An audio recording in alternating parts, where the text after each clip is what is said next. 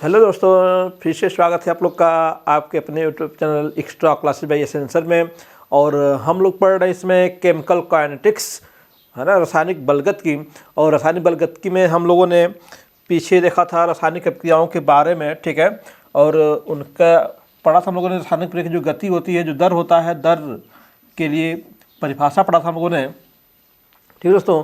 कि एकांक समय में अभिकारक के, है ना, एकांक समय में अभिकारक के सांद्रता में होने वाले परिवर्तन को अभिक्रिया का वेग या दर कहते हैं दोस्तों, ठीक है। उसके लिए 3 ग्राफ हम लोग ने देखा था, ठीक है, वेग और समय के बीच में देखा था, ठीक है। एक ग्राफ हम लोग का था वेग और समय के बीच में, ये आपका वेग, ये क्या हो गया, समय, ठीक है। और एक ग्राफ हम लोगों ने देखा था किसमें, अभिकारक की सांद्रता और समय के बीच में, ये आपका अभिकारक की सांद्रता हो गई और ये क्या हो गया, आपका समय हो गया t, ठीक है। और एक ग्राफ हम लोगों ने और देखा था, ठीक है, उत्पाद प्रोडक्ट की सांद्रता और समय, ये क्या है, प्रोडक्ट है, उत्पाद है, ये क्या है, अभिकारक है, अभिकारक की सांद्रता, ठीक है ना। तो यहाँ पे 3 ग्राफ हम लोगों ने बनाए थे उसमें, ठीक है। और तीनों ग्राफ को आपने देखा था। यहाँ पे देखिए दोस्तों, समय जैसे जैसे व्यतीत हो रहा है, आपका अभिक्रिया का वेग क्या है, घटता जा रहा है, ठीक है। अभिक्रिया का वेग घटता जा रहा है, उसका कारण इस ग्राफ में छिपा हुआ है। समय के साथ जो रिएक्टेंट है वो क्या है, उसकी सांद्रता क्या हो रही है, धीमे धीमे कम हो रही है, ठीक है। और इस ग्राफ में क्या है, आपका जो उत्पाद है पहले कुछ नहीं बना था और धीमे धीमे उत्पाद की सांद्रता क्या हो रही है, बढ़ रही है, ठीक है। तो इसमें आपका यहाँ पे देखिए ए से अगर बी बन रहा है, ये आपका रिएक्टेंट है, ये क्या है, प्रोडक्ट है, ठीक है। तो धीमे धीमे क्या होगा, इसकी मात्रा क्या होगी, कम होगी, कम होती चली जाएगी, कम होगी। अब बी की मात्रा क्या होगी, बढ़ेगी, बी की मात्रा क्या होगी, बढ़ेगी। इसका ग्राफ क्या है, ऊपर जा रहा है, ठीक है। इसका रिएक्टेंट का ग्राफ क्या है, कम होता जा रहा है। और जब इसकी मात्रा कम होगी, इस ए की मात्रा कम होती जाएगी, तो क्रिया का वेग भी क्या होगा, कम होता जाएगा, ठीक ना। क्योंकि आपका जो अभिकारक की सांद्रता में जो होने वाला परिवर्तन है वो क्या होगा, धीमे धीमे कम होगा, क्योंकि उसकी सांद्रता क्या हो रही है, घट रही है दोस्तों, ठीक है। इसीलिए आपका ये ग्राफ क्या दिखा रहा है कि आपका समय के साथ अभिक्रिया का वेग घटेगा, ठीक है। और अभिकारक की जो सांद्रता भी क्या होगी, घटेगी, लेकिन समय के साथ उत्पाद की सांद्रता क्या होगी, बढ़ती जाएगी, ठीक है। इस अभिक्रिया के वेग की बात हम लोगों ने किया था। तो अगर इसको हम दिखाएं, अगर मान लीजिए कि R है तो R equal to x upon t, R equal to x upon t. R क्या हो गया, अभिक्रिया का दर हो गया, ठीक है ना, क्या है ये, अभिक्रिया की दर है, ठीक है, R। और यक्स क्या है, आपकी सांद्रता है, सांद्रता किसकी, अभिकारक की है, ठीक है। उत्पाद का देखेंगे तो उत्पाद की सांद्रता हो जाएगी वो, ठीक है। और टी क्या है, आपका समय है, ठीक है, समय है, ठीक है। तो अगर यहाँ से हम लोग अभिक्रिया की दर का मात्रक की बात कर ले, हम लोग अभिक्रिया की दर का मात्रक,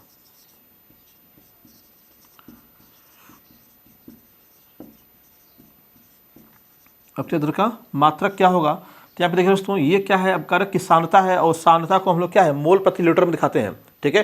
और अगर अभिकारक ठोस अवस्था में है तो क्या हो जाएगा, मोल प्रति लीटर हो जाएगा, ठीक है। ये क्या है, समय है, समय को अगर सेकेंड में लेते हैं तो क्या होगा, सेकेंड, यानी कि इसी को कर सकते हो आप मोल, है ना, litre inverse and second inverse, ठीक है, mole litre inverse second inverse, ठीक है। अगर आपका वही अभिकारक क्या है, गैसीय अवस्था में हो, गैसीय अवस्था में, गैसीय अवस्था में हो तो आपका मात्रक क्या हो जाएगा। अब गैसीय अवस्था में होगा तो उसकी सांद्रता को हम लोग क्या है, दाब के रूप में प्रेजेंट करते हैं, ठीक है। आपने 11 से पढ़ा था, ठीक है, वहाँ पे। तो उसके हिसाब से आपका मात्रक क्या होना चाहिए, अगर दाब में चला जाएगा तो वायुमंडल हो जाएगा, वायुमंडल पर सेकेंड, वायुमंडल पर सेकेंड, ठीक है, ये आपका हो जाएगा, ठीक है। इसी को आप बोल सकते हो ATM second inverse, ATM second inverse. किसमें, गैसीय अवस्था में अगर रहेगा तो उसका मात्रक क्या होगा, ये हो जाएगा आपका, ठीक है। तो मात्रक आप किसी फार्मूले से सीधे निकाल सकते हैं। इसका मात्रक क्या हो गया, सांद्रता है तो मोल प्रति लीटर हो जाएगा, नीचे क्या है, समय है तो समय का सेकेंड या फिर मिनट में या फिर घंटे में भी आप उसको, जैसा आपको समय का मात्रक दिया रहेगा उसके अकॉर्डिंग कर सकते हैं उसको, ठीक है दोस्तों। तो ये तो हो गया आपका वेग क्या का मात्रक हो गया, वेग का ग्राफ हो गया, ठीक है। आइए थोड़ा सा और आगे चलते हैं। इससे आपका जो क्रिया का वेग है उसको प्रभावित करने वाले कारक कौन कौन से हैं, ठीक है। उसके बाद हम लोग देखेंगे कि औसत वेग क्या होता है, ठीक है, और ताक्षणिक वेग क्या है, और आपका प्रारंभिक वेग क्या है। यानी कि हम लोग अभी देखेंगे अभिक्रिया का जो दर है या फिर वेग है उसका जो टाइप्स कितने हम लोग पढ़ेंगे, तो 3 टाइप पढ़ेंगे उसके, ठीक है। जो अभिक्रिया की दर है, अभिक्रिया की दर जो है वो कितने प्रकार की, 3 प्रकार की हो जाएगी, ठीक है। एक आपका हो जाएगा औसत दर, औसत दर हो जाएगा, और दूसरा आपका हो जाएगा ताक्षणिक दर हो जाएगी, और तीसरा आपका हो जाएगा प्रारंभिक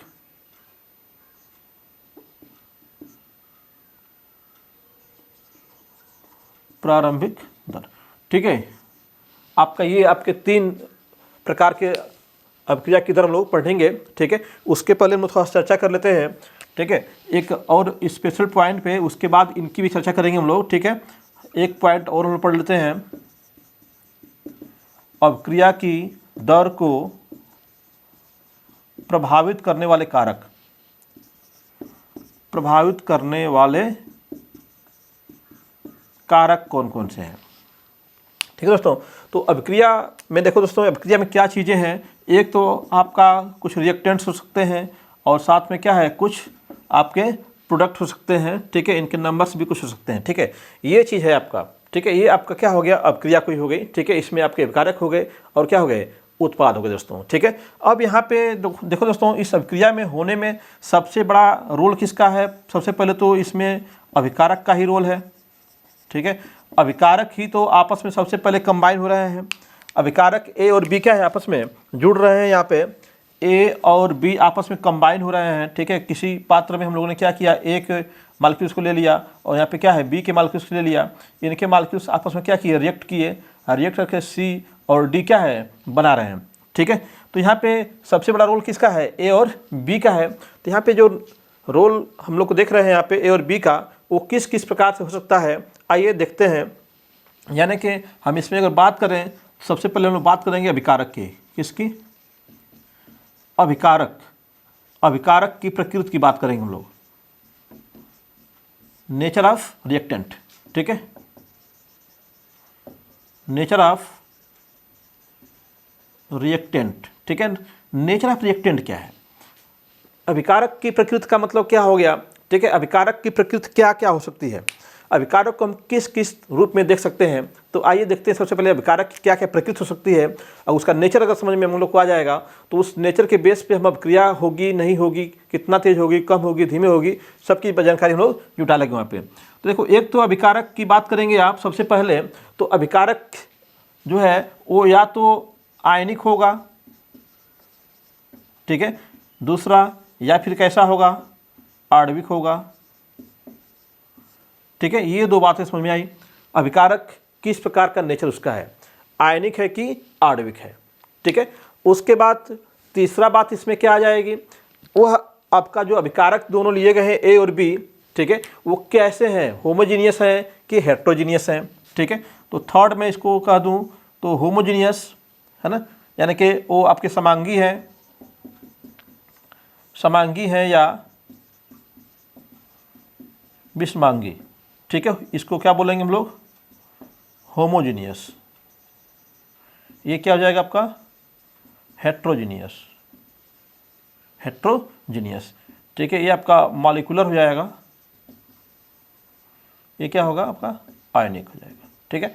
अभी फोर्थ की बात करें इसका, एक तो हो गया समांगी और विषमांगी हो गया, ठीक है। अब जो तीसरी बात होगी आपका, वो कैसा है, उसकी फिजिकल स्टेट कैसी है, ठीक है। इसकी फिजिकल स्टेट यानी कि इसकी भौतिक अवस्था कैसी है, ठीक है, उस पर निर्भर करेगा भौतिक अवस्था क्या है, भौतिक अवस्था कैसी उसकी है। भौतिक अवस्था का मतलब कि वो सॉलिड है, लिक्विड है, गैस है या फिर क्या है, ठीक है। पांचवी चीज़ हम लोग इसमें जोड़ सकते हैं, भौतिक अवस्था हो गया, टेम्परेचर, ताप कैसा है ना, ताप का प्रभाव कैसे पड़ेगा, ठीक है। ताप का प्रभाव और उसके बाद हम लोग देखें कि उनके कंसंट्रेशन कैसे हैं। कंसंट्रेशन समझते ही हैं, ठीक है। उनकी सांद्रता माने ए और बी जो लिए हैं हम लोग, उनकी सांद्रता कैसी है। सांद्रता देखने के बाद हम लोग देख लें कि जो रिएक्टेंट है उनकी स्टेबिलिटी किस प्रकार की है, अधिक स्थायी है, कम स्थायी है, क्या है, ठीक है। तो स्टेबिलिटी पे भी डिपेंड करेगा, स्टेबिलिटी अधिक हो कि कम है, ठीक है। अभी समझेंगे हम लोग सभी पॉइंट्स को। पहले पॉइंट्स को हम लोग लिख लेते हैं यहाँ पे। 7वां पॉइंट आपको हो जाएगा अभिकारक एवं उत्पाद, दोनों का देखेंगे यहाँ पे हम लोग। उत्पाद का अस्थायित्व, अभिकारक एवं उत्पाद का अस्थायित्व, ठीक है। और इसके अलावा आप उत्प्रेरक को भी देख सकते हैं कि उत्प्रेरक का किस प्रकार से प्रभाव पड़ रहा है। उत्प्रेरक है, ठीक है। उसके अलावा आपका जो एक्टिवेशन एनर्जी है, नंबर ऑफ कोलिजन्स है ना, ठीक है। तो इसमें आपका एक पॉइंट और जोड़ दे रहे हैं हम यहाँ पे, क्या हो जाएगा, उत्प्रेरक का प्रभाव भी हम लोग देख सकते हैं। उत्प्रेरक का प्रभाव, उत्प्रेरक का प्रभाव, ठीक है। तो इतनी पॉइंट्स कम से कम लोग इसमें देखेंगे। आइए हर एक पॉइंट्स को पहले हम लोग समझते हैं, ठीक है। समझने के बाद जो है उसको हम लोग क्लियर करेंगे कि क्या उसका प्रभाव पड़ रहा है। उसके बाद देखेंगे अभिक्रिया की जो दर है वो कितने प्रकार की होती है, ठीक है। उनके ग्राफ देखेंगे हम लोग कि किस प्रकार से अभिक्रिया की जो दर है वो, जो आपका तात्क्षणिक अगर वेग है तो उसका किस प्रकार का ग्राफ बनेगा, ठीक है। उसका क्या फार्मूला होगा, उसमें क्या मात्रक होंगे, ठीक है। अगर औसत दर देख रहे हैं हम लोग तो औसत दर में किस प्रकार का मात्रक होगा, किस प्रकार का फार्मूला होगा, उसको देखेंगे हम लोग दोस्तों, ठीक है। और प्रारंभिक वेग को भी देखा जाएगा, ठीक है। उसको भी ग्राफी देखेंगे हम लोग, ठीक है। सबसे पहले अभिकारक जो अभिक्रिया की दर है उसको प्रभावित करने वाले कारकों को देख लें, ठीक है। ये आपके कारक हैं, ठीक है। कौन कौन से कारक प्रभावित करते हैं दर को, है ना। दर को प्रभावित करने वाले कारक कौन कौन से हैं। तो सबसे पहला कारक उसमें हम लोगों ने क्या है चुना हुआ है, आयनिक है कि आणविक है, ठीक है। तो यहाँ पे देखिए आयनिक का मतलब क्या हो गया। आयनिक का मतलब हो गया कि अभिकारक कैसे हों, अभिकारक कैसे हों, आयनिक हों, ठीक है। या फिर आपका दूसरा पॉइंट करा है कि कैसे हो, आणविक हो। अभिकारक कैसे हैं, आणविक हैं, ठीक है। तो अभी अब पीछे हम लोग पिछले लेक्चर में पढ़ के आ रहे हैं कि आपकी जो आयनिक अभिक्रियाएं होती हैं वो क्या होती हैं, तीव्र होती हैं, ठीक है। और आणविक अभिक्रिया क्या होती हैं, धीमी होती हैं। तो उसमें बताया गया आपको कि इसमें किसी भी प्रकार का बॉन्ड फॉर्मेशन और फ्यूजन नहीं होता है। इसमें क्या है, बंध विखंडन या निर्माण, बंध विखंडन या निर्माण नहीं होता है। लेकिन जो आणविक अभिक्रियाएं होती हैं ये किससी होती हैं, कोवैलेंट बॉन्ड वाली होती हैं, ठीक है। सहसंयोजक बंध होता है इसमें, सहसंयोजक बंध है। अब ये बंध क्या होगा, टूटेगा, बंध क्या होगा, टूटेगा ना, ये बंध टूटेगा, ठीक है। तो टूटने में क्या है, हमें कुछ ऊर्जा देनी पड़ेगी इसको, ठीक है। हमें क्या है, कुछ समय भी लगेगा, कुछ समय भी लगेगा इसमें। तो समय भी लगाएंगे, ऊर्जा भी लगाएंगे, तो बॉन्ड क्या होगा, टूटेगा। तो इसको होने में क्या है, समय अधिक लगेगा, ठीक है। तो यह दर क्या हो जाएगी, दर क्या होगी इसकी, कुछ कम हो जाएगी। दर क्या होगी, कम होगी। दर क्या होगी, कम होगी, ठीक है। इसमें क्या है, कोई बॉन्ड विखंडन नहीं हो रहा है, कोई बंध का निर्माण नहीं हो रहा है। तो यहाँ पे दर क्या होगी, दर क्या होगी, अधिक होगी, ठीक है। दर क्या होगी, अधिक होगी। तो एक तो ये क्लियर कर लीजिए कि आयनिक अभिक्रिया है कि आणविक अभिक्रिया है, ठीक है। आयनिक अभिक्रिया का मतलब क्या हो गया, जैसे यहाँ पे Na positive plus Cl negative है, डायरेक्ट किसमें करा रहे हैं तो क्या बन गया हम लोग का NaCl। अब इसी को ऐसे कराएं 2Na plus Cl2 arrow mark. तो यहाँ पे क्या होगा, पहले तो ये आपका जो Na है वो क्या बनेगा, पॉजिटिव में चेंज होगा। Na किस में चेंज हुआ है, पॉजिटिव में, ठीक है। और आपका जो Cl है वो 2Cl, 2Na पॉजिटिव में 2Cl नेगेटिव में चेंज हुआ ये। उसके बाद ये दोनों क्या हुए, आपस में क्या हुए, कंबाइन हुए। उसके बाद क्या बना हम लोग का NaCl, 2NaCl का फॉर्मेशन हुआ यहाँ पे, ठीक है। तो यहाँ पे यह जो अभिक्रिया है क्या है, अगर आयनिक है, क्या ये आयनिक है तो तुरंत आयनों के बीच हो रही है, ठीक है। और यह अगर आणविक अभिक्रिया है, अणु के रूप में है, तो पहले क्या होंगे, आयन के रूप में फॉर्म होंगे और फिर आयन क्या करेंगे, आपस में कंबाइन होकर के मॉलिक्यूल का फॉर्मेशन करेंगे। तो इसमें आपका 2 स्टेप में देख रहे हो रहा है यहाँ पे। ये आपका फर्स्ट स्टेप हो गया, ये क्या हो गया, सॉरी ये फर्स्ट स्टेप हो गया यहाँ से यहाँ तक आने में, ठीक है। और ये क्या हो गया आपका सेकेंड स्टेप हो गया। तो 2 स्टेप में हो रहा है। तो इसमें क्या होगा, समय क्या लगेगा हम लोग को, अधिक लगेगा, समय अधिक हो जाएगा। तो समय अधिक होगा तो दर बराबर क्या है आपका सांद्रता बटे समय है कि नहीं है। अगर समय अधिक होगा, समय बढ़ेगा तो दर क्या होगी, कम हो जाएगी। समय अधिक होगा तो दर क्या होगी, कम हो जाएगी। तो एक रीजन ये बन रहा है आपका कि अब हम लोग का विकारक आयनिक है कि आणविक है, ठीक है, किस स्टेज में वो आपस में रिएक्शन कर रहे हैं, ठीक है। आइए दूसरा बात समझते हैं हम लोग, समांगी और विषमांगी की बात समझ लेते हैं। समांगी और विषमांगी से क्या मतलब है, ठीक है। होमोजीनियस और हेट्रोजीनियस, ठीक है। होमोजीनियस का मतलब क्या हो गया, समांगी समान अंग वाले, ठीक है। विषमांगी, ठीक है, विषमांगी विषमांग, ठीक है। समांगी का मतलब क्या होगा, होमोजीनियस का मतलब क्या हो गया कि एक समान एक जैसे जो हों, ठीक है, एक जैसे अगर है, ठीक है। और हेट्रोजीनियस क्या हो गया, एक जैसे नहीं है, उनके घटकों में भिन्नताएं हैं, ठीक ना। तो अब यहाँ पे देखिएगा, अगर आपका समांगी होगा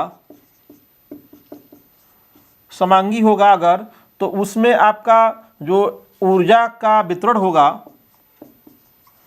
ऊर्जा वितरण भी क्या होगा, समान होगा। ऊर्जा वितरण क्या होगा, समान होगा। अगर वो विषमांगी होगा, विषमांगी ये आपका क्या है, होमोजीनियस है, होमोजीनियस। ये क्या है आपका, हेट्रो है, हेट्रोजीनियस है। तो इसमें आपका ऊर्जा वितरण क्या समान होगा, ऊर्जा वितरण क्या है, असमान होगा। ऊर्जा वितरण क्या होगा, असमान होगा। अगर ऊर्जा वितरण समान है तो वहाँ पे आपका जो अभिक्रिया की दर होगी एक समान रूप से चलेगी, ठीक है। यानी कि अभिक्रिया क्या होगी, एक निश्चित दर से क्या है, चलती रहेगी। और यहाँ पे अगर ऊर्जा वितरण क्या है, असमान हो गया, यहाँ पे ऊर्जा वितरण क्या है, अगर असमान है यहाँ पे ऊर्जा का वितरण, तो वो अभिक्रिया कभी धीमी होगी, कभी तेज होगी, कभी बहुत तेज होगी, है ना। तो उसका हम लोग एक सर्टेन वे में नहीं बोल सकते कि क्रिया का वेग क्या होगा, कैसा होगा, अधिक या कम, ठीक है। अब उसका क्या हमें औसत वेग निकालना पड़ेगा, ठीक है। तो यहाँ पे अगर समांगी होगा तो दर क्या होगी, दर क्या होगी, अधिक होगी, दर अधिक होगी। अब विषमांगी होगा तो दर क्या होगी, कम होगी। अब क्रिया की दर क्या होगी, कम होगी। अब क्रिया की दर क्या होगी, कम होगी, ठीक है। यहाँ पे क्या होगी, अब क्रिया दर क्या होगी, अधिक होगी, ठीक है। यानी कि आपका होमोजीनियस का दर क्या होगा, अधिक होगा, हेट्रोजीनियस का दर क्या होगा, कम होगा दोस्तों, ठीक है। तो ये आपका उसका जो उनका जो कंपोजिशन है वो किस प्रकार सा है, होमोजीनियस है कि हेट्रोजीनियस है, उसके बेस पे देखेंगे। तो ऊर्जा का जो वितरण होता है उसी के बेस पे हम लोग समझ सकते हैं। इसमें ऊर्जा का जो डिस्ट्रीब्यूशन है वो क्या होगा, हर जगह समान होगा समांगी में, और जो आपका विषमांगी होगा, हेट्रोजीनियस होगा, उसमें एनर्जी का डिस्ट्रीब्यूशन क्या होगा, हर पार्ट में सेम नहीं होगा दोस्तों, ठीक है। तो कुछ पार्ट उसके अब क्या नॉर्मल करेंगे, कुछ क्या है धीमी करेंगे, इस वजह से उसका वेग क्या होता है, घट जाता है दोस्तों। हमें कहीं ऊर्जा अधिक देनी पड़ती है, कहीं ऊर्जा कम देनी पड़ती है। आइए, आपका जो भौतिक अवस्था है, फिजिकल स्टेट, फिजिकल स्टेट को आप भी समझ लीजिए। फिजिकल स्टेट किस प्रकार से आपका डिसाइड करती है, अभिकारक, अभिकारक या उत्पाद, जो भी पहले आप लोग अभिकारक या उत्पाद की भौतिक अवस्था, फिजिकल स्टेट। फिजिकल स्टेट में क्या देखेंगे हम लोग, फिजिकल स्टेट किस प्रकार से क्रिया के दर को प्रभावित करेगी। यहाँ पे देखिए दोस्तों, फिजिकल स्टेट क्या है, तीन हो सकती है ना। एक तो आपका गैस हो सकता है, एक आपका लिक्विड हो सकता है, और एक आपका क्या हो सकता है, सॉलिड हो सकता है, सॉलिड, ठीक है। तो यहाँ पे जो गैसीय अवस्था जो होगी, गैसीय अवस्था जो होगी, गैस में क्या होगा, आपके मॉलिक्यूल्स क्या होंगे, दूर दूर होंगे, ठीक है, इनके बीच में इंटरेक्शन कम होगा। लिक्विड में क्या होंगे, थोड़ा पास पास होंगे। सॉलिड में क्या होंगे, बिल्कुल ही पास पास मॉलिक्यूल्स होंगे, बिल्कुल ही पास पास मॉलिक्यूल्स होंगे, ठीक है। तो यहाँ पे क्या हो रहा है, देखो गैसियस स्टेट है तो इसमें आपका मॉलिक्यूल्स क्या है, फ्री है, तो इसमें नंबर ऑफ कोलिजन अधिक होगा, number of collision, number of collision. टक्करों की संख्या क्या होगी, अधिक होगी, टक्करों की संख्या क्या होगी, अधिक होगी, ठीक है, टक्करों की संख्या अधिक होगी, ठीक है। इसमें क्या होगा, गैसों से कम, गैसों से कम टक्कर होगी, गैसों से कम टक्कर होगी। और ठोसों में क्या है, बहुत कम टक्कर होगी, बहुत कम टक्कर होगी। समझिएगा, यहाँ पे आपके मॉलिक्यूल्स को रख दिया गया यहाँ पे, तो आपके मॉलिक्यूल्स अगर दूर दूर हैं तो उनके बीच में क्या होगा, कोलिजन होगा, ठीक है। तो गैस है तो फ्री है चलने के लिए, तो ज़्यादा लोगों से टकराएगी, अधिक टकराएगी, बर्तन की दीवार से भी टकराएगी, ठीक है। गैसों के लिए आप जो द्रव होंगे, लिक्विड जो द्रव होंगे, उसमें क्या होगा, मॉलिक्यूल्स पास पास होते हैं तो उनमें टक्कर थोड़ा सा अधिक होगा, ठीक है। और ठोस होंगे तो क्या उसमें और भी कम होगा, ठीक है।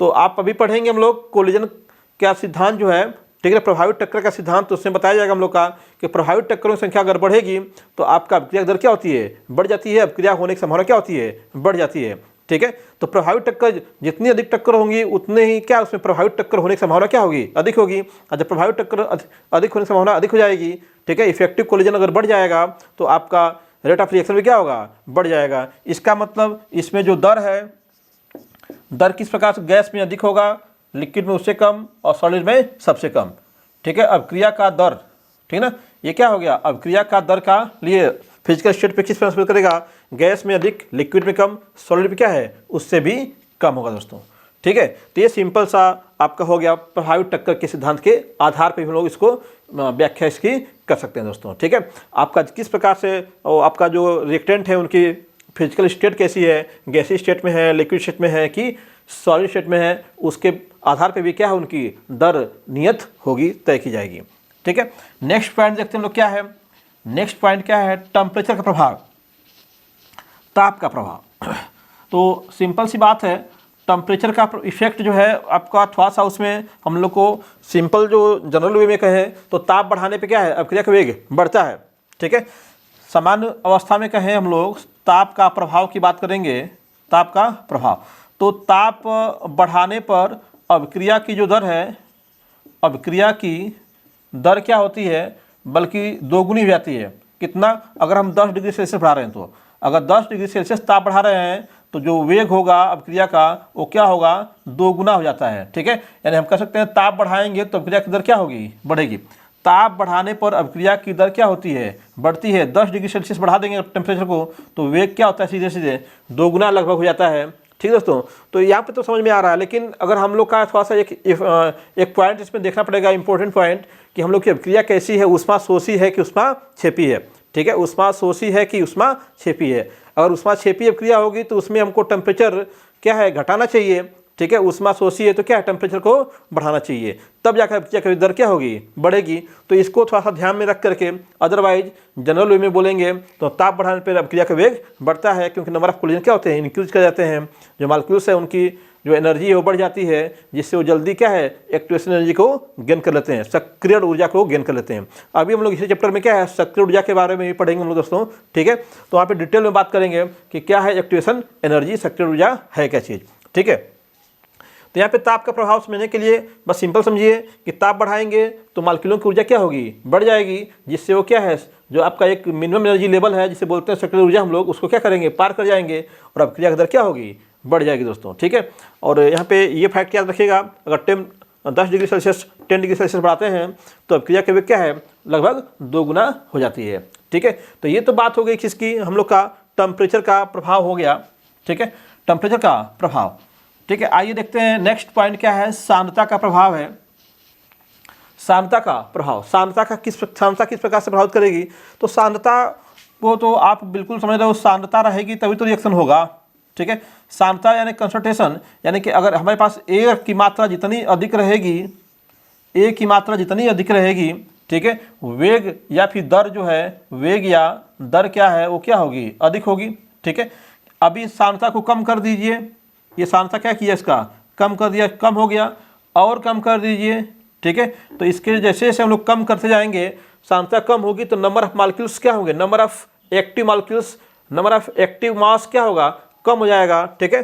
सांद्रता जो है सीधे सीधे सांद्रता अगर बढ़ती है तो आपका जो एक्टिव मास है, एक्टिव मास क्या करता है, इंक्रीज करता है, जिससे आपका जो दर है वो भी क्या करती है, इंक्रीज करती है, ठीक है। सांद्रता अधिक होती है तो एक्टिव मास भी क्या होता है, अधिक होता है, तो दर भी क्या होती है, अधिक होती है दोस्तों, ठीक है। तो इसका मतलब सांद्रता बढ़ाएंगे तो दर क्या होगी, बढ़ेगी। सांद्रता बढ़ाएंगे तो दर क्या होगी, बढ़ेगी, ठीक है। सांद्रता को बढ़ाइए तो दर क्या करेगी, इंक्रीज करेगी। सांद्रता बढ़ाने पर आपका बढ़ता है, ठीक है, फैक्ट याद रखिएगा, ठीक है दोस्तों। अब देखिए दोस्तों नेक्स्ट पॉइंट क्या है, आपका स्टेबिलिटी की बात कर रहा है कि स्टेबिलिटी है ना, अभिकारक उत्पाद की अस्थायित्व, उनकी स्टेबिलिटी कैसी है, अस्थायित्व कैसा उसका है। अस्थायित्व को देख करके हम बता सकते हैं कि किस प्रकार से अपना जो अभिक्रिया का दर है वो बढ़ेगा कि घटेगा, ठीक है। तो आइए उसको देखते हैं हम लोग, किस प्रकार से अभिकारक उत्पाद की अस्थायित्व किस प्रकार से प्रभावित कर रहा है। यहाँ पे अभी बिल्कुल ईजी है ये भी पॉइंट, ठीक है, आप आसानी से समझ जाएंगे इसको, देखिएगा। यहाँ पे देखिए ये क्या है, अभिकारक है, ये क्या है, अभिकारक, और यहाँ पे बी क्या है, उत्पाद है। ध्यान दीजिएगा, अगर ए अस्थाई होगा, ए का अस्थायित्व अधिक होगा, तो इसमें परिवर्तन करना क्या होगा, तो इसके सांद्रता में परिवर्तन क्या होगा, कठिन होगा।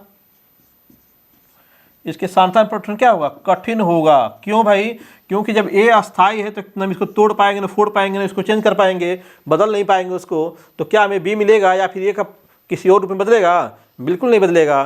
तो यहाँ पे आपको ध्यान देना होगा कि ये अगर अस्थाई होगा, ठीक है, तो परिवर्तन क्या होगा, कठिन होगा। यानी कि हम कह सकते हैं कि जो आपका अभिकारक की जो अभिकारक का जो अस्थायित्व है, अभिकारक का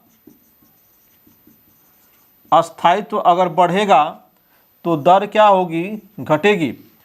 अभिकारक का अस्थायित्व बढ़ेगा तो दर क्या होगी, घटेगी। इसी को कह सकते हो दर प्रोपोर्शनल टू क्या है, अभिकारक का अस्थायित्व। अस्थायित्व अधिक होगा किसका, अभिकारक का। अभिकारक का अस्थायित्व क्या होगा, अधिक होगा, तो दर क्या होगी, सॉरी उल्टा बोल दिया, ये आपका 1 बटा होना चाहिए, 1 बटा, इनवर्सली प्रोपोर्शनल कर दीजिए इसको।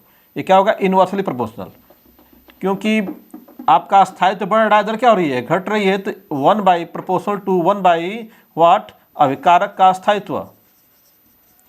अभिकारक का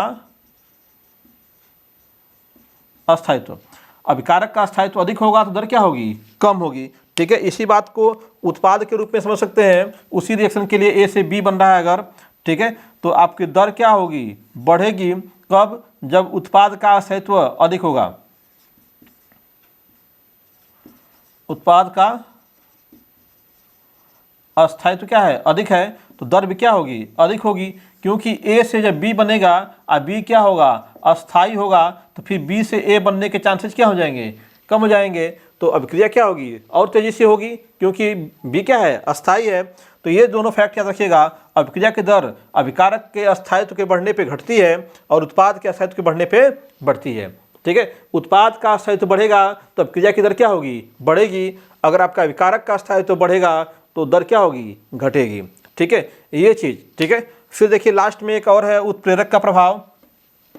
ठीक है, एक पॉइंट और इसमें है उत्प्रेरक का प्रभाव। तो उत्प्रेरक का प्रभाव का मतलब क्या हो गया, उत्प्रेरक किस प्रकार से प्रभावित करता है। तो जनरल वे में बोले हम लोग, तो उत्प्रेरक क्या करता है, किसी अभिक्रिया में जा करके उस अभिक्रिया की जो एक्टिवेशन एनर्जी है उसको कम कर देता है। ठीक है ना, किसी अभिक्रिया में जाकर के उत्प्रेरक का काम बस इतना ही है, एक्टिवेशन एनर्जी को कम करना, एक्टिवेशन एनर्जी को कम कर देता है। ठीक है, यहाँ पे देखिए, समझिएगा, यहाँ पे देखिए, ये आपका यहाँ पे क्या है, अभिकारक है, अभिकारक अणु है, ये अभिकारक अणु है। ठीक है, अब इनकी ऊर्जा कुछ, इनके पास क्या है, कुछ ऊर्जा है। ये आपका क्या है, निम्न अवस्था है। कैसी अवस्था है, निम्न अवस्था कह सकते हैं, निम्न अवस्था। और यहाँ तक ये क्या है, कुछ मॉलिक्यूल्स यहाँ तक क्या है, ऊपर तक जा सकते हैं, ऐसे जा रहे हैं यहाँ तक। ठीक है, कुछ नीचे तक हैं, कुछ क्या है, कुछ ऊपर तक हैं, कुछ नीचे तक हैं। ठीक है, कुछ मॉलिक्यूल्स नीचे हैं, ठीक है, कुछ बहुत ही नीचे हैं। तो ये इनकी क्या है, उत्तेजित अवस्थाएँ हैं। ठीक है, तो इसमें ये जो लाइन है, ठीक है, ये जो लाइन है, यहाँ तक की जो ये निम्न अवस्था, निम्न ऊर्जा स्तर ये है, ये आपका ऊर्जा स्तर बनाया गया, ऊर्जा स्तर। ठीक है, तो ये आपका E1 हो गया, ग्राउंड स्टेट हो गया। इसका क्या हो गया, ग्राउंड स्टेट बोलते हैं इसको। ठीक है, निम्न अवस्था, आद्य अवस्था जिसे बोलते हैं, आद्य अवस्था। ठीक है, और ये जो दिखाई दे रहा है हम लोग को, गोले दिखाए गए ऊपर बैलून जैसे। ठीक है, ये सभी क्या है, नीचे जब है इस लाइन के ऊपर है तो क्या है, आद्य अवस्था में है। जब ऊपर चले गए तो क्या है, उत्तेजित अवस्था में है। किस अवस्था में, उत्तेजित अवस्था में आ गए हैं। ये क्या है, एक्साइटेड स्टेट में, ये सभी क्या है, ये सभी एक्साइटेड स्टेट में आ चुके हैं। ठीक है, ये जो लाइन खींचा मैंने, एक एनर्जी है। ठीक है, अगर इस एनर्जी को ये पार कर जाते हैं, ठीक है, इस एनर्जी से अधिक ऊर्जा हो जाए। ठीक है, एक जो है आवश्यक न्यूनतम ऊर्जा है, किसके लिए, अभिक्रिया करने के लिए। अभिक्रिया करने के लिए आवश्यक न्यूनतम ऊर्जा। ठीक है, अभिक्रिया करने के लिए आवश्यक न्यूनतम ऊर्जा। ठीक है, ना, और इससे अगर कम ऊर्जा है तो क्रिया नहीं करेंगे। यानी कि अगर हमारा कोई ए और बी आपस में रिएक्शन करना चाहते हैं और ए के और बी के मॉलिक्यूलों की ऊर्जा क्या है, इस लाइन से नीचे है, तो ये क्या होंगे, क्रिया नहीं करेंगे। ये क्रिया करेगा, क्रिया नहीं करेगा, क्रिया नहीं करेगा, ठीक है। ये भी क्रिया नहीं करेगा, ये भी क्रिया नहीं करेगा, ये लोग क्या है, क्रिया नहीं करेंगे, ठीक है। ये क्रिया नहीं करेंगे, ठीक है। लेकिन ये लोग क्या है, इनकी ऊर्जा क्या है, आवश्यक ऊर्जा से अधिक है, तो ये सभी क्या है, ये सभी क्या है, ये सभी क्या है, ये क्रिया करेंगे, ये क्रिया करेंगे। तो जब हम लोग इसमें क्या करते हैं, उत्प्रेरक डाल देते हैं। अगर हम इसमें क्या ला दें, इसमें क्या ला दिया हम लोगों ने, उत्प्रेरक ला दिया। क्या लाया, उत्प्रेरक। तो उत्प्रेरक जैसे इसके अंदर आता है, उत्प्रेरक कैटलिस्ट जैसे इसके अंदर आएगा, वो क्या करेगा, इस लाइन को थोड़ा सा क्या करेगा, नीचे कर देगा, यहाँ कर देगा। तो जो न्यूनतम आवश्यक ऊर्जा है क्या हो गई, यहाँ पे आ गई। यह लाइन उतर के क्या आ गई, नीचे, ये नीचे आ गया। तो अब क्या है, ये लाइन खत्म। अब इससे ऊपर कितने लोग, देखो पहले 4 लोग ऊपर थे, अब क्या है, ये भी ऊपर हो गया, ये भी ऊपर हो गया। अब कितने लोग, 1 2 3 4 5 6 7, तो कंसंट्रेशन बढ़ गया। जो आपके रिएक्टिव मॉलिक्यूल्स की कंसंट्रेशन क्या हो गया, बढ़ गया। तो अब क्रिया की दर क्या होगी, बढ़ जाएगी। अब क्रिया की दर बढ़ जाएगी दोस्तों। तो हम कह सकते हैं कि उत्प्रेरक की उपस्थिति में दर क्या होती है, बढ़ जाती है। दर क्या होगी, बढ़ जाएगी। उत्प्रेरक जब आएगा तो दर क्या होगी, बढ़ जाएगी दोस्तों, ठीक है। तो ये आपके कुछ पॉइंट्स थे, ठीक है। इन पॉइंट्स के बेस पे आपने समझा कि किस प्रकार से अभिक्रिया की दर क्या है, प्रभावित हो रही है, ठीक है। और अभिक्रिया का जो दर है वो कौन कौन से कारक पे डिपेंड करती है, और हमें अगर अभिक्रिया को तीव्र करानी है, उसके वेग को बढ़ाना है, उसके दर को अधिक करना है, तो क्या क्या सावधानी बरतनी पड़ेगी, ठीक है। तो ये तो आपके हो गए अभिक्रिया के दर को प्रभावित करने वाले कारक। आइए अभी हम लोग बात कर लेते हैं जो अभिक्रिया की दर है, ठीक है, उसके प्रकार क्या क्या हैं, ठीक है, और उनको समझते हैं।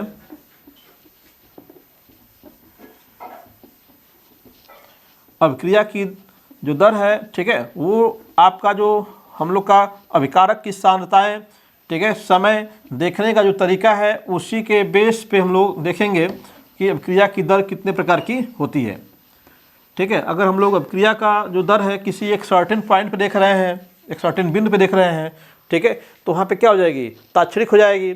अगर हम लोग क्या है, अभिक्रिया की जो दर है, ठीक है, वह आपका जो है कुछ समय अंतराल में देख रहे हैं, तो क्या हो जाएगा, वो औसत हो जाएगा, ठीक है। आइए देखते हैं, इसको पहले समझते हैं। अभिक्रिया की दर के प्रकार कह लेते हैं इसको, ठीक है। तो सबसे पहले क्या हो गया, सबसे पहला प्रकार इसका हो जाएगा औसत दर। औसत दर या वेग कह सकते हैं, ठीक ना, average rate of reaction, average rate of reaction, ठीक है, या फिर एवरेज वेलोसिटी भी इसको बोल सकते हैं, ठीक है। और सेकंड इसका टाइप हो जाता है हम लोग का, ठीक है, तात्क्षणिक, ठीक है। सेकंड क्या हो जाएगा,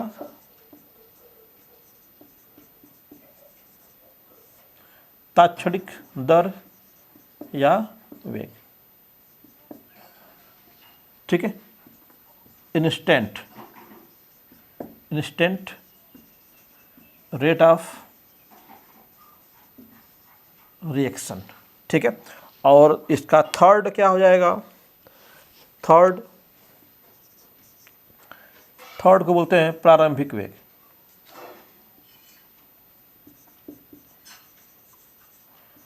प्रारंभिक वेग, इनिशियल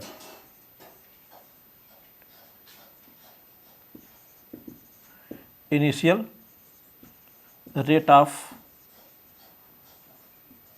रिएक्शन, ठीक है। तो ये आपके 3 टाइप के होते हैं, ठीक है। अब इसमें सबसे पहले हम लोग बात करें इसमें, ठीक है, जैसे अगर हम लोग अभिक्रिया के दर की पहले बात कर लेते हैं। अभिक्रिया का दर का परिभाषा आपने क्या बताया, अभिक्रिया की दर क्या होती है, ठीक है। तो सबसे पहले इसको का समझ लेंगे तो इन तीनों को आसानी से समझ, परिभाषाएं इनकी समझ लेंगे हम लोग, ठीक है। अभिक्रिया की दर,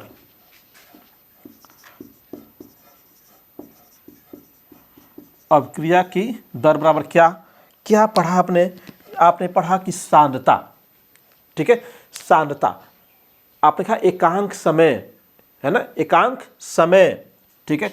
एकांक समय में जो सांद्रता में परिवर्तन है, ठीक है, सांद्रता में परिवर्तन, ठीक है, यहाँ पे क्या निकल गया हम लोग का, सांद्रता में परिवर्तन, अब बटे क्या हो गया, समय, बटे क्या हो गया, समय। ठीक है, यहाँ परिवर्तन किसके में हो रहा है, अभिकारक के, अभिकारक या उत्पाद भी ले सकते हैं हम लोग, और रिवर्सिबल रिएक्शन होगा तो उत्पाद से भी बन जाएगा। ठीक है, तो सांद्रता में होने वाला परिवर्तन अब बटे क्या हो गया, समय, वो क्या होता है, क्रिया की दर होती है। ठीक है, अब यहाँ पे इसी को हम लोग बदल के क्या ला रहे हैं, औसत कर रहे हैं। तो दोस्तों औसत किसका निकालना होता है, जब हम लोग का कोई क्वांटिटी एक से अधिक होती है। ठीक है, एक से अधिक। ठीक है, तो हमारा अगर ये समय क्या हो, समय एक रेंज में हो, समय किस में हो, एक रेंज में देखा जाए, हम लोग देखें इसको। ठीक है, और सांद्रता में जो परिवर्तन है उसको भी क्या देखें, एक रेंज में देखा जाए, तो वहाँ पे जो दर निकल के आएगी वो क्या हो जाएगी, औसत दर हो जाएगी। क्या हो जाएगी, औसत दर। ठीक है, तो यहाँ पे समय को हम लोग क्या वर्ड यूज करेंगे, समय को यूज करेंगे समयांतराल, समय की जगह पे क्या यूज करेंगे, समयांतराल यूज करेंगे हम लोग। ठीक है, समयांतराल यूज कर देंगे। ठीक है, और जो आपका सांद्रता में परिवर्तन है, ठीक है, उसको यूज करेंगे। ठीक है, और समयांतराल को दिखाने के लिए, जैसे यहाँ पे समय को दिखाने के लिए टी से यूज करते हैं हम लोग। ठीक है, सांद्रता को सीधे यक्स से या फिर सी से दिखाते हैं, तो समयांतराल को दिखाने के लिए डेल्टा टी से दिखाएंगे। ठीक है, और जो आपका सांद्रता में परिवर्तन हो रहा है, सांद्रता में परिवर्तन, उसको हम लोग डेल्टा सी से या फिर डेल्टा यक्स से दिखाना शुरू कर देंगे। ठीक है, एक थोड़ी बड़ी रेंज में देख रहे हैं हम लोग समय को, और क्या चीज़, आपके सांद्रता में परिवर्तन को। तो यहाँ पे आपका जो औसत दर हो जाता है उसको हम लोग डेल्टा यक्स अपान डेल्टा टी से, औसत दर बराबर डेल्टा यक्स अपान डेल्टा टी। यहाँ पर भी आपका सांद्रता में परिवर्तन ही हो रहा है। ठीक है, लेकिन यहाँ पे क्या है, आपका ये समयांतराल हो गया। तो बस जैसे हम लोग उसमें आपका जो अभिक्रिया की दर थी उसमें परिभाषा क्या थी हम लोग की, कि एकांक समय में अभिकारक के सांद्रता परिवर्तन को बोलते हैं अभिक्रिया की दर या वेग। बस उसी परिभाषा को यहाँ पे क्या बदल देंगे कि किसी समयांतराल में अभिकारक की सांद्रता में होने वाले परिवर्तन को। ठीक है, तो यहाँ पे आपका जो परिभाषा है बस उसमें क्या चेंज आया। ठीक है, अभिक्रिया की जो औसत दर है इसकी डिफिनेशन बनाएंगे, तो किसी क्या हो गया, किसी समयांतराल में,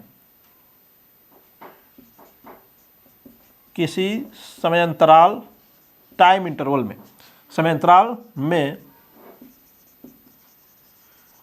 अभिकारक की सांद्रता में होने वाला परिवर्तन, क्या कहलाता है, औसत दर, औसत दर कहलाता है, औसत दर कहलाता है। ठीक है दोस्तों, तो यहाँ पे औसत दर अगर हमें ऐसे इसको थोड़ा सा डिफाइन करें कि यदि T1 समय पर अभिकारक की सांद्रता R1 रही हो, ठीक है, और T2 समय पर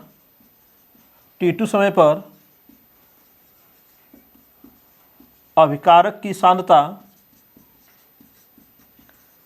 R2 हो जाए,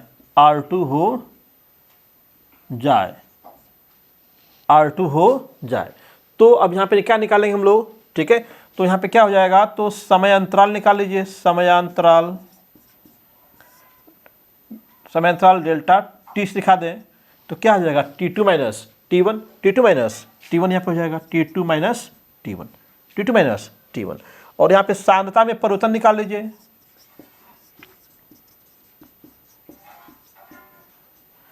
सांद्रता में परिवर्तन क्या होगा, पहले क्या था आपका सांद्रता, ठीक है, पहले सांद्रता क्या थी, R1 थी, फिर सांद्रता क्या हो गई, R2 हो गई, तो सांद्रता में परिवर्तन निकालेंगे तो क्या हो जाएगा, R2 माइनस R1। तो सांद्रता में परिवर्तन को क्या दिखा जाए, डेल्टा R दिखा दें हम लोग, तो क्या हो जाएगा, R2 माइनस R1। ठीक है, R2 माइनस R1। तो यहाँ पे जो आपका जो अभिक्रिया का दर होगा, अभिक्रिया की दर या वेग, ठीक है, इसको हम लोग क्या बोलेंगे, औसत वेग, औसत दर या वेग। ठीक है, इसको दिखा देते हैं हम लोग आर ए भी से, आर ए भी एवरेज से। ठीक है, तो यहाँ पे क्या हो गया, आर ए भी इक्वल टू सांद्रता में परिवर्तन R2 माइनस R1, अब बटे क्या हो गया डेल्टा टी, या फिर इसको कर सकते हो T2 minus T1, T2 minus T1। तो यहाँ पे क्या हो जाएगा हम लोग का डेल्टा R अपान डेल्टा टी, डेल्टा R अपान डेल्टा टी। लेकिन दोस्तों यहाँ पे ध्यान क्या देना है, अभिकारक की जब अभिक्रिया होती है तो अभिकारक की सांद्रता में क्या आती है, कमी होती है। अभिकारक की सांद्रता में क्या होती है, कमी होती है। यहाँ पे क्या होगा, अभिकारक की सांद्रता में, अभिकारक की सांद्रता में क्या हो रही है, कमी हो रही है। अभिकारक की सांद्रता में क्या हो रही है, कमी हो रही है, अतः आपका आर ए भी इक्वल टू क्या लिखते हैं, minus delta R upon delta T, delta R upon delta T. ठीक है दोस्तों, ये आपका क्या हो गया, औसत वेग हो गया।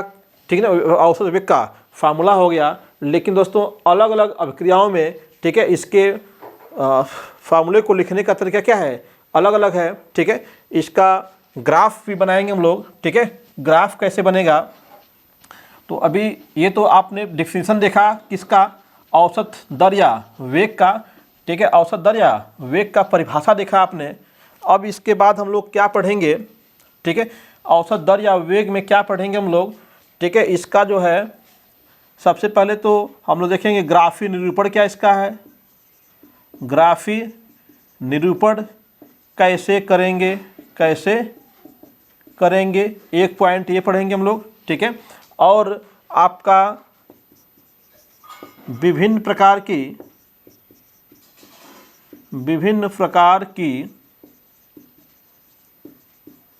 अभिक्रियाओं के लिए, विभिन्न प्रकार की अभिक्रियाओं के लिए जो इसका औसत दर समीकरण है, औसत दर समीकरण कैसे बनाएंगे। ठीक है, ये दो बहुत ही इंपॉर्टेंट पॉइंट है। इन दोनों पॉइंट्स को पढ़ने के बाद हम लोग देखेंगे तात्क्षणिक वेग और प्रारंभिक वेग। ठीक है, तो पूरा डिटेल में देखेंगे।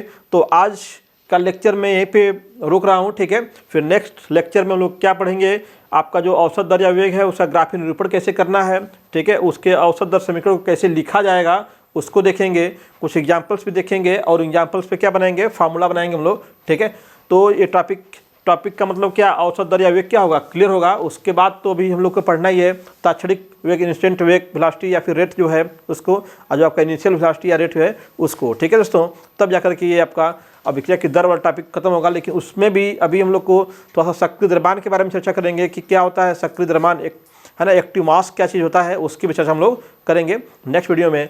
तब तक के लिए धन्यवाद दोस्तों।